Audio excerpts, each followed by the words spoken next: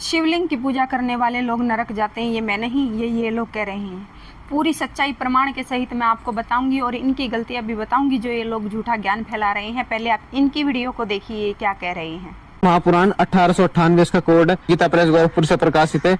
इसके हम आए हैं 9वें स्कंद में और अध्याय 33 के अंदर देखिए।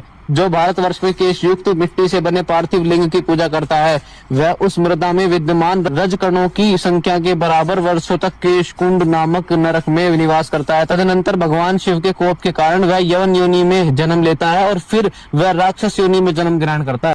पहली गलती तो आप देख लीजिए, इसमें लिखा है केश युक्त, आप ध्यान से पढ़िए, लिखा है केश युक्त।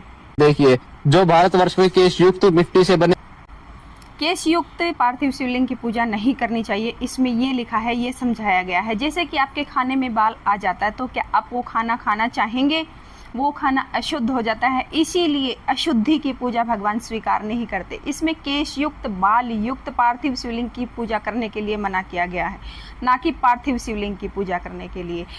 इनको देखो, श्रीमद् देवी भागवत बोलना तक नहीं आता, आप खुद अपने आप से सुन लीजिए। लेते हैं श्रीमद् देवी भागवत महापुराण में बताया गया है ये सच, और ये हमें ज्ञान समझाएंगे कि इनमें ये लिखा है। अब मैं आइए आपको प्रमाण के सहित बताती हूँ कि पार्थिव शिवलिंग की पूजा किसे करनी चाहिए और वो क्या फल देने वाली है। ये देखिए, यहाँ पार्थिव लिंग के निर्माण की रीति तथा वेद मंत्रों द्वारा, मतलब वेदों के मंत्रों द्वारा उसके पूजन की विस्तृत और संक्षिप्त विधि का वर्णन।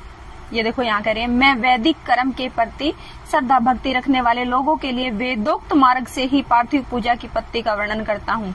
और ये देखो, महर्षि ने ये जो वर्णन किया है, ये देखो सारे जितने मंत्र है ना, ये पार्थिव शिवलिंग की पूजा के लिए सारे मंत्र शिव के मंत्र हैं, भगवान शिव के, और सारे ये यजुर्वेद से लिए गए हैं। आप ध्यान से देख लीजिए, और ये सारी विधि समझाई गई है पार्थिव शिवलिंग की पूजा की, और ये सारे यजुर्वेद के मंत्र मैं आपके सामने दिखा रही हूँ। और अब ये सारे पार्थिव शिवलिंग की ही पूजा की विधि दिखाई गई है। अब आप देखिए, पार्थिव लिंगों की पूजा कोटि कोटि यज्ञों का फल देने वाली है। कलयुग में लोगों के लिए शिवलिंग पूजन जैसा श्रेष्ठ दिखाई देता है, वैसे दूसरा कोई साधन नहीं है। यह समस्त शास्त्रों का निश्चित सिद्धांत है। शिवलिंग भोग का मतलब यहाँ है सांसारिक सुख, भोग का मतलब सांसारिक सुख, आपकी सारी इच्छाओं की तृप्ति और मोक्ष देने वाला है। और किसे करनी चाहिए? देखो, ब्राह्मण, स्त्रीय, वैश्य, शूद्र अथवा विलोम शंकर कोई भी क्यों न हो, वह अपने अधिकार के अनुसार वैदिक और तांत्रिक मंत्र से सदा आदर पूर्वक शिवलिंग की पूजा करे। शिवलिंग का पूजन करने का स्त्रियों का तथा अन्य सब लोगों का भी अधिकार है। वैदिक पद्धति से ही शिवलिंग की पूजा करना श्रेष्ठ है।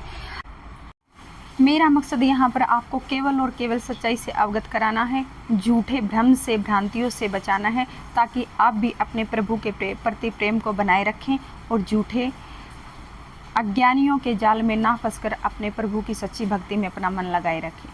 आपके अंदर जरा सी भी प्रभु की थोड़ी सी भी भक्ति होना तो वीडियो को ज़्यादा से ज़्यादा शेयर करना, ताकि सच्चाई का पता सबको चल सके, इनके ज्ञान का पर्दाफाश हो सके। जय माता दी, हर हर महादेव।